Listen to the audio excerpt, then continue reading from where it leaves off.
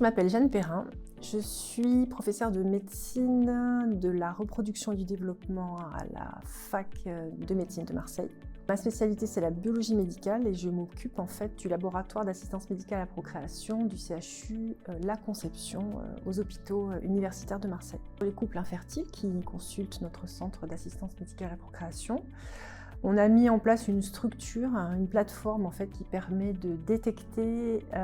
et de corriger les expositions environnementales chez ces couples pour améliorer leurs chances de grossesse spontanée et en assistance médicale à la procréation. Et donc je viens présenter les résultats de 2 études que nous avons réalisées sur finalement la description des expositions environnementales de ces couples infertiles, plus exactement, et on présente aussi des résultats qui montrent que ces couples ont beaucoup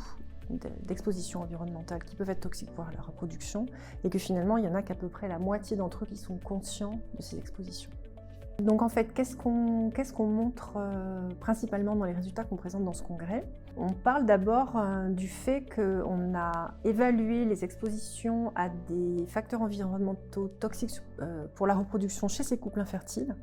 et qu'en fait, il y en a, la quasi-totalité ont au moins une exposition environnementale qui est toxique pour la reproduction. On montre que donc, ces expositions, elles sont fréquentes, mais que ces expositions, elles sont en général en nombre modéré, c'est-à-dire qu'à peu près les 2/3 des couples ont 1 à 3 expositions reprotoxiques quand on les interroge, ce qui n'est pas très important en nombre. Et la troisième semi-bonne nouvelle, c'est que ces expositions reprotoxiques, elles sont modifiables pour la plupart. Donc la plupart de ces expositions sont des expositions alimentaires, principalement à des perturbateurs endocriniens, des expositions à des facteurs reprotoxiques professionnels, surtout chez les hommes, et puis les expositions environnementales les plus connues qui sont le tabac, l'alcool, le cannabis, et également le surpoids. Alors c'est pas très connu en fait que le surpoids est un facteur qui est toxique, enfin en tout cas qui est limitant pour la reproduction, mais c'est vrai, à la fois chez les femmes mais aussi chez les hommes, c'est-à-dire que les hommes en surpoids ont des chances de grossesse qui sont inférieures aux hommes qui ne sont pas en surpoids. Ça c'est la première étude qu'on présente. Ensuite, il y a une autre étude dans laquelle on a corrélé les expositions, en fait les perceptions de ces personnes infertiles de leurs expositions environnementales. Donc on leur a demandé s'ils se percevaient exposés à des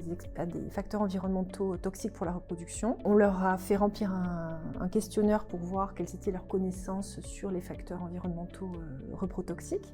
Et ensuite, ils ont eu une consultation avec un biologiste dans le cadre de leur parcours d'infertilité, au cours de laquelle, avec un questionnaire bien systématisé, on a recherché toutes les expositions reprotoxiques auxquelles ils pouvaient être exposés. Et ensuite, on a corrélé les expositions que les couples percevaient eux-mêmes et les expositions qui avaient été mises en évidence par le questionnaire demandé par le médecin. Et donc on a vu qu'une majorité de couples infertiles présentaient des facteurs environnementaux reprotoxiques, comme dans la première étude. Mais surtout, ce qui était intéressant dans cette étude, c'était que à peu près la moitié des couples, la moitié des personnes même, chez qui le questionnaire posé par le médecin décelait une exposition environnementale toxique pour la reproduction, la moitié de ces personnes en fait n'étaient pas conscientes d'être exposées à ces facteurs reprotoxiques. Et ça c'est embêtant parce que si ces couples ne sont pas conscients d'être exposés, forcément ils ne vont rien faire dans leur vie pour modifier ces expositions, alors que la plupart des expositions sont quand même modifiables. Donc ça ouvre plein de perspectives, et en particulier la perspective de proposer à ces couples qui sont dans un parcours d'assistance médicale à la procréation de bénéficier, après l'étape de diagnostic où en fait on va analyser les causes pour lesquelles ils n'arrivent pas à avoir cette grossesse, avant de faire une technique d'assistance médicale à la procréation, on intercale une nouvelle étape qui est l'accès à une plateforme pluridisciplinaire donc dans laquelle interviennent